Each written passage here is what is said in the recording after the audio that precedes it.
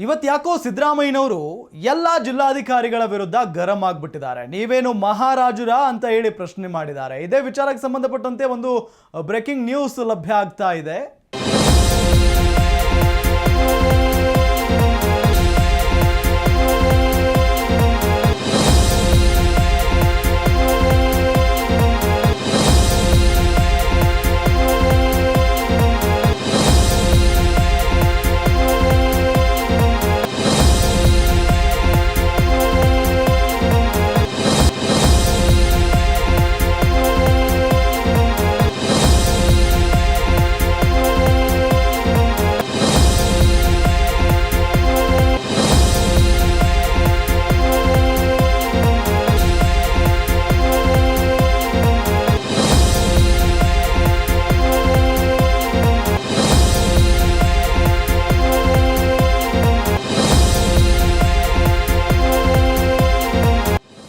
ಜಿಲ್ಲಾಧಿಕಾರಿಗಳಂದ್ರೆ ನೀವೇನು ಮಹಾರಾಜರ?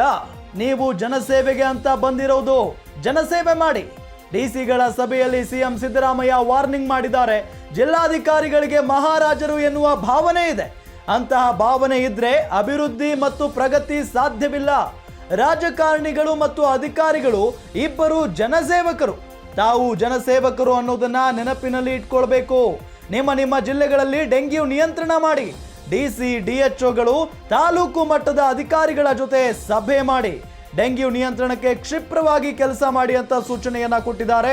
ಇಷ್ಟು ದಿನ ಉದಾಸೀನ, ನಿರ್ಲಕ್ಷ್ಯಕ್ಕೆ, ಕರ್ತವ್ಯ ಲೋಪಕ್ಕೆ ಕ್ರಮ ತೆಗೆದುಕೊಂಡಿದ್ದೇವೆ.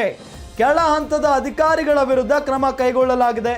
ಇವತ್ತಿನಿಂದ ಹಿರಿಯ ಅಧಿಕಾರಿಗಳನ್ನ ಹೊಣೆ ಮಾಡಿ ಕ್ರಮ ಕೈಗೊಳ್ಳುತ್ತೇನೆ ಅಂತ ಜಿಲ್ಲಾಧಿಕಾರಿಗಳಿಗೆ ಎಚ್ಚರಿಕೆಯನ್ನ ಕೊಟ್ಟಿದ್ದಾರೆ ಮುಖ್ಯಮಂತ್ರಿ ಸಿದ್ದರಾಮಯ್ಯನವರು.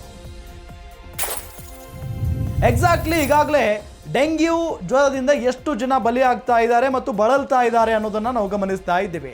ಯಾಕೋ ಎಲ್ಲಾ ಸಿಟ್ಟನ್ನ ತೆಗೆದು ಮುಖ್ಯಮಂತ್ರಿಗಳು ಡಿಸಿಗಳ ಮೇಲೆ ಹಾಕಿಬಿಟ್ಟಿದ್ದಾರೆ ಅಂತಾನೆ ಅನಿಸ್ತಾ ಇದೆ.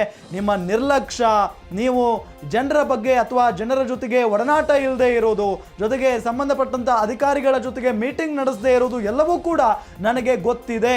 ಅಂತವರ ವಿರುದ್ಧವಾಗಿ ಕ್ರಮವನ್ನ ಕೈಗೊಳ್ಳುತ್ತೇವೆ ಅಂತ ಕೂಡ ಎಚ್ಚರಿಕೆಯ ಸಂದೇಶವನ್ನ ರವಾನೆ ಮಾಡಿದ್ದಾರೆ ಎಲ್ಲ ಜಿಲ್ಲಾಧಿಕಾರಿಗಳಿಗೆ.